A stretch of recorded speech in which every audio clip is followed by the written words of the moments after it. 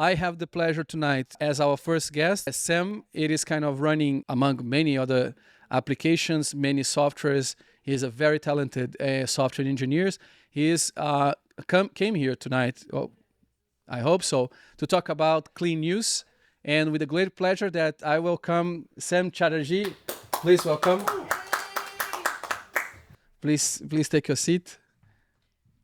Get my laptop. I think your phone may be good. So before we start, I just want to do a kind of formal intro about him because my memory is not that good. He's the founder of Clean News, an AI-powered platform revolutionizing editorial processes by creating personalized, fact-based news, experience in media and technology focused on innovation and tech in journalism. Sam, thank you very much to get our invitation to speak. Well, thanks for having me. I was simply amazed, just like since last time we spoke, that you are really passionate about developing multiple applications and being a software engineer, but very creative about also business. But before we start talking about the more maybe technical part of this structure, I got a particular curiosity about you, about how you started to get interested on technology, what brought you to technology, and how you see your personal story connecting with what you do today. Okay, so I'm from India originally, and I grew up there in like a small town, not even like a big city. And when I was a kid, my mom was like a English teacher, and she took me to her computer lab, and I started playing with the computers in the computer lab in my mom's school when I was like 4 or 5 years old. And I think since then I've always been. You look so young. Well, I eat well, I guess. You're an OG. You're there outside long time, right? And by just curiosity, what type of computer you were having there back on the lab? I think back in the lab it was like an MS DOS. 486, and like they have like a 586. floppy disk in it, and we like if you want to play a game you have to get the floppy disk for that game, like Dave. If you want to play Dave, you have to take the floppy disk for Dave, and One by one. yeah, It was the flexible floppy was the hard one. it was like the one with the sliding thing. The one the 1 inch like that. Yeah, actually no, I think in the lab it was like even older, the bigger version. The and then- flexible one, black square. Yeah, the black square one, and then Man. later we had the one sliding one. Yeah. So yeah, I've been playing with computers for a long time, I think. Oh my God. And But your mother was from the university. yeah, she's an English teacher, so she was Wow. teaching there. And yeah, that's how I started playing with computers, I think. Did you had this program and the computer with the? You remember and back in the times there was this green phosphor screen with just green color. Remember? Yeah. You are No, from I this don't, time? I don't think, no, I'm not that old. Not that old. Okay, I got what are yeah. the visions here? Yeah. I think back when I was a kid, I think we just had like Windows 97 or something. But this is already very good. This is like a bit further, I think in 1997. This is already amazing good. But yeah, I've been playing with computers for a long time. And computers is just my like what I like to play with. And it's only later that it became like a profession that is like sought after. But when I was like a kid, it was just like a normal thing. It was not like software engineers are these like sought after like people, and they can get jobs and stuff like that. All that stuff didn't exist back then. It was just a computer. Yeah, and by the way, just like I think I share the same. Correct if I'm wrong.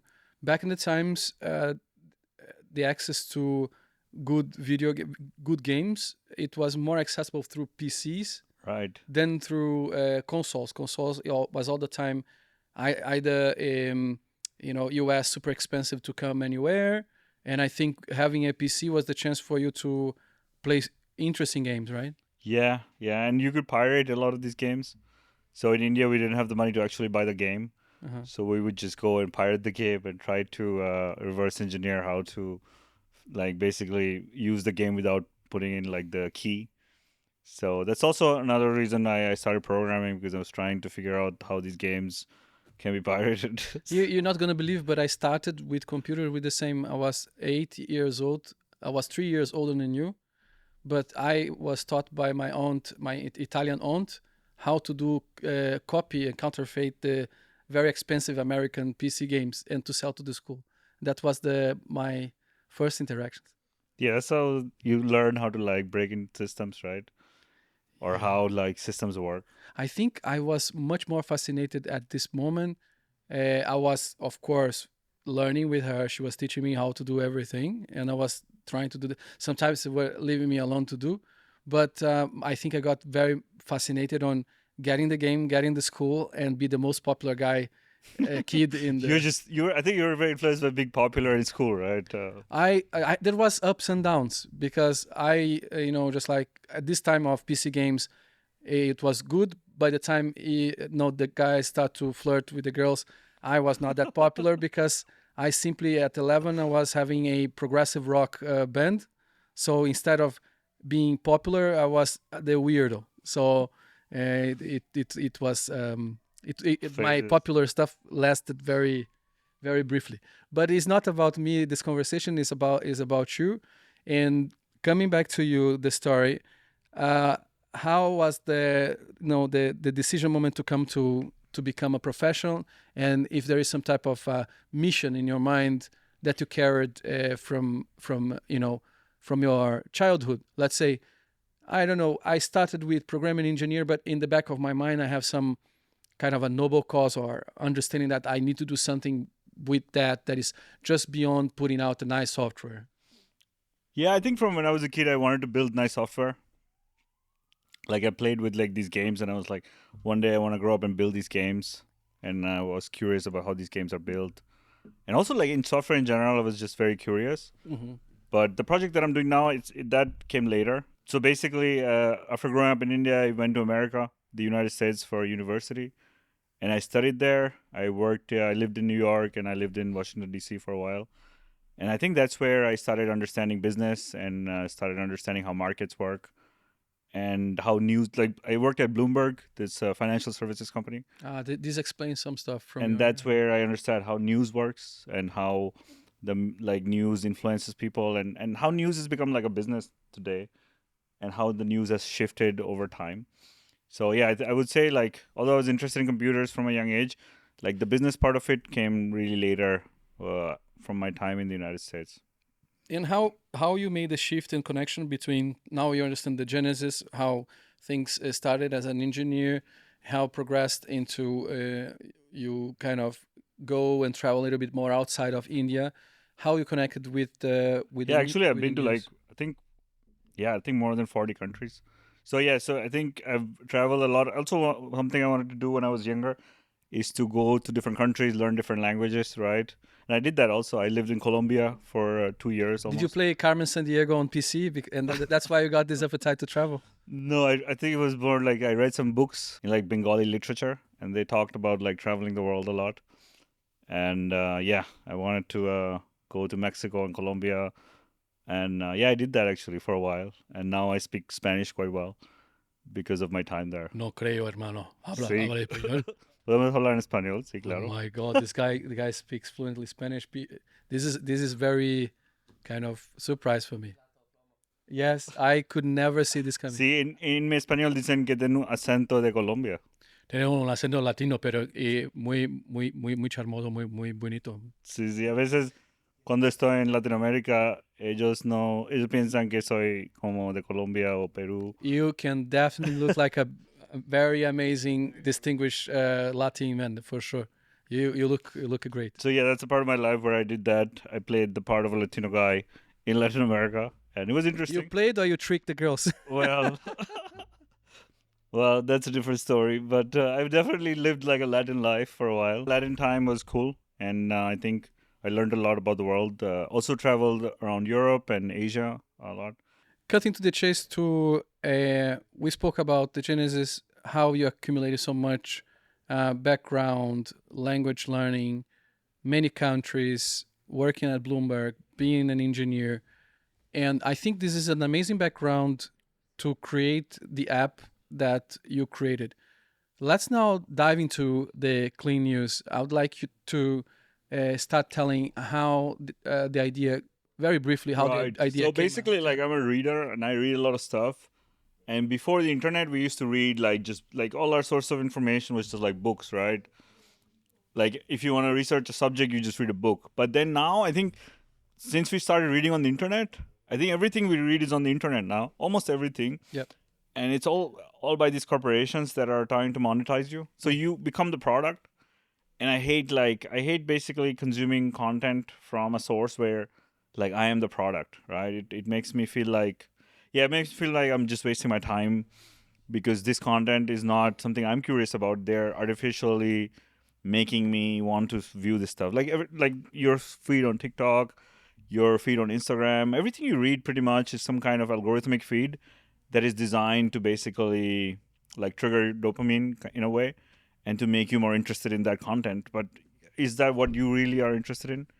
So I think the problem is not pretty much you to be a product, because you are a product either you want to or not. It is how invasive and how manipulative right, it is you becoming a product.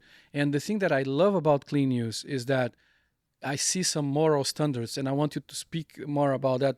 When you spoke last time that I don't want my users to see paid news. I want the news to right. be their own desire of appreciation. Whatever they like to watch, the application will kind of display for them. Can you tell us a little bit about that? So basically, clean news Yeah. is like a system, right? It's like a system that is constantly reading all the sources of news there are, right? So it's reading Wikipedia, it's reading Reddit, and it's consuming all this news, and it's trying to figure out okay which news is like more biased and which news is like less biased, which news is more sensational, which news is actual information. So it's constantly like going over hundreds of articles. So the system at the back end is basically doing that. It's basically trying to figure out which is and before large language models came about, it was very hard to do. Like technically this was a very hard problem like in machine learning to take like a bunch of words and try to figure out if this word is like biased or unbiased or political. It was a very tough problem, and after large language models like we have LLMs, and now it's actually become like an easier problem. So this idea I had for a long time, Mm-hmm. and I've been trying to build something. The first time I built like a clean news prototype was like 2019. So and then it didn't work. The news was not like it was. I couldn't really filter like the unbiased part from the biased part. So I kind of gave up on it, and but then and large language models came about, and I think now is really the time where this can really work. So we can really create like this platform where you can go and you can say, hey, like as a consumer, you can say, hey, I basically am this kind of person. I live in Portugal. I live in the United States. I consume this kind of news. I want to learn about AI. I want to learn about crypto. I want to learn about media and fashion, and then and also about world events to some extent. But and then your news is going to be artificially made by AI, like your personal news editor, and they're going to give you exactly the kind of news stories. They're all going to be factual. They're all going to be, there's no sensationalism in it, but it's just that you're in complete control of the kind of news you want to consume. And there is some level that like will always tell you about like very important events, no matter whether you select it or not. Like if there's like a war or like that is going on in your country, you'll probably get to know about it. But we'll definitely try to filter out like a lot of stuff that you don't want to hear about.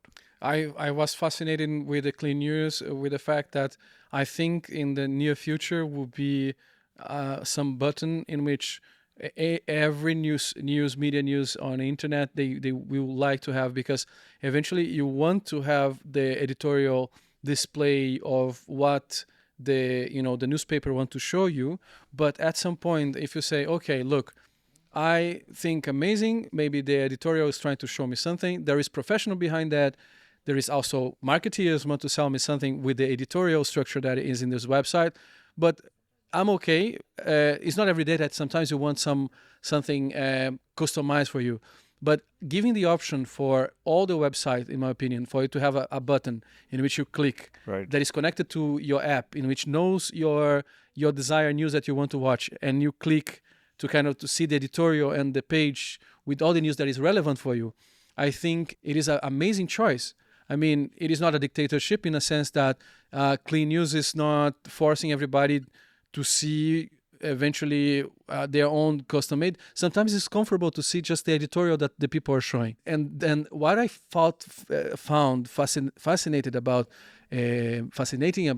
clean news is you are creating the choice not only on the web, interaction with the news, but also in the mobile iOS. So you can do your segmentation, what you like to read, and then this can be something for a navigation through all the media reading. And Yeah. this can be. That's why I'm It so can be the fascinated. place where you consume like all your content. And like if you're a business, you could definitely put like the clean news system to work on your website or Yeah. your news sources. Yes. And then your readers will basically be able to personalize just your content. And maybe that's how you can monetize them and say, hey, let you get the free stuff. Like if you come to my website, but if you want like this content just tailor made for you, then you just pay a subscription for $1 or $2 a month. Amazing. And I think with the clean news platform, you can easily integrate that into your website. Or It is so powerful in my opinion. It got me so hyped up about, because for the end user it's cool because the end user can customize and navigate through other website with the news that is presented to him as editorial, or change according to what they want to read. And not only for the B2C, but to the in this old terminology, to the B2B. You go to the media outlets, the newspapers, and etc., and say, hey, you can kind of give this as an option and to offer to your clients, so that people can get that two types of experience. One, the editorial that you are presenting to them, it is it is already paid, good to go. We put the ads, and the other one is a button you click, and everything from your website is scraped. All the news that exist on the database, let's say from let's put BBC, okay? yeah, So everything from BBC on the repository of news, old and etc., can come have a different aspect in hierarchy based on whenever you click the button of clean views. This is yeah. disruptive, man. And right now the product doesn't do it, but you can go deeper and you can start asking questions to the AI about the news in the BBC, and it will basically look through all the BBC archive and just answer your questions, right? That's amazing. And another feature that I think you're implementing or thinking about doing it, it is creating some type of trust of the reader or the person that is reading the news.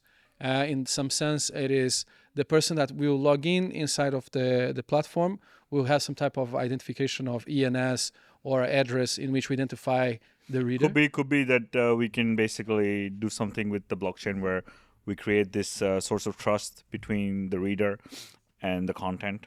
And Fact check, right? and yeah, like fact checked, and basically how did this article end up on the website, so everything is done that is verifiable.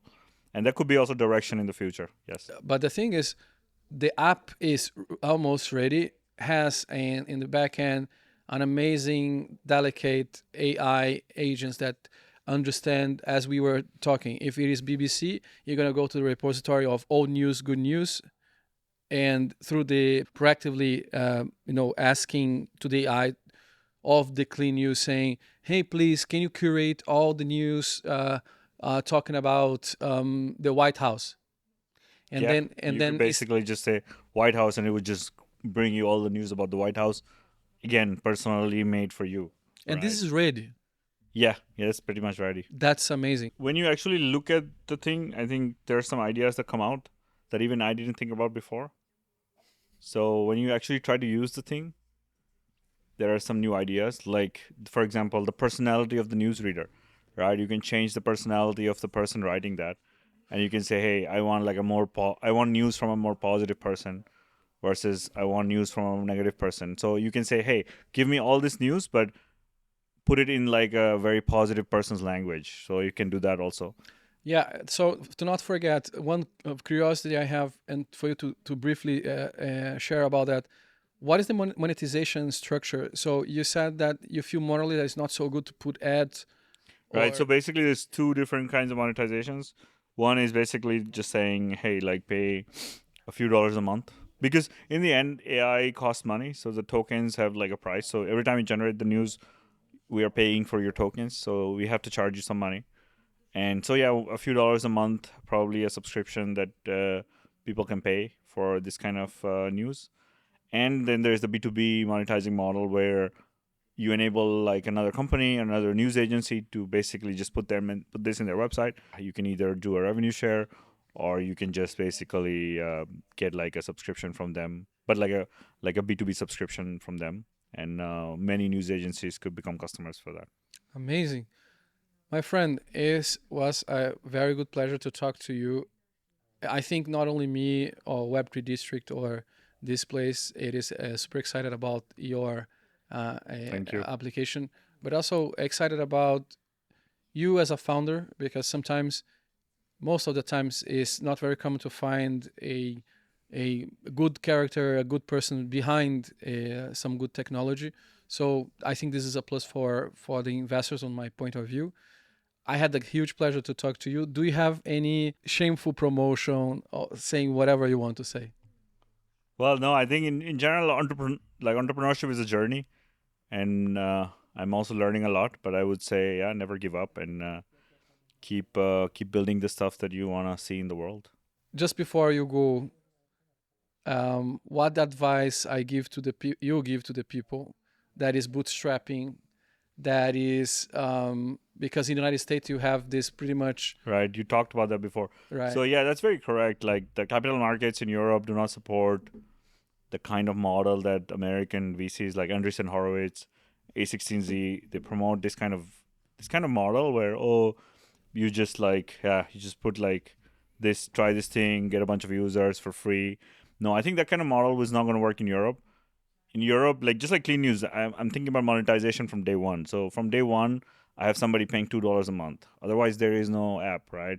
So I think you have to really think about that, and also B2B, because B2B creates. But if you want to build a real B2C product, you have to build something like Spotify. Spotify is also like a paid app, right? And they're successful because it's like also payable from day one, pretty much. So yeah, in Europe, you really have to build applications that are basically payable from day one. So they have to create, like, they have to have value for the user from day one. Wow, that's an amazing insight.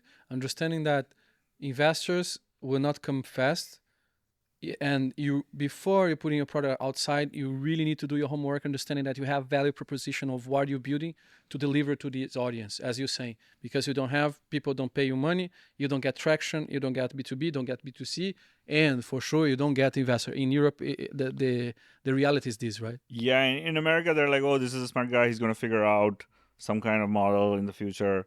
So they're investing in like, okay, he's going to figure it out. But here they're really looking for like, okay, if I put like this money, how many months does it double or something like. So they're really thinking about the growth of their capital instead of making a bet on founders, which is a different. I mean, I don't know. That's my experience at least. So yeah, in Europe, I would say bootstrapping is probably better also, and also yeah, just trying to build things that can be monetizable pretty easily. Ladies and gentlemen, I spoke with the amazing Sam. There was a news that information and the conversation that I could even believe that exists. So one of the reasons that I created together with Katya this show, the Quantum Post, is to bring up some stories that we don't get on the daily basis on the fast networking, even daily kind of co-working with a person. And the news that I understood from you, your background, it was very, very insightful. Thank you very much, Sam. It was a very great surprise to have you here.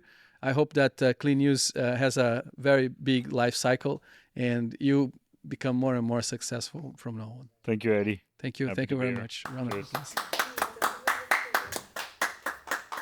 Thank you.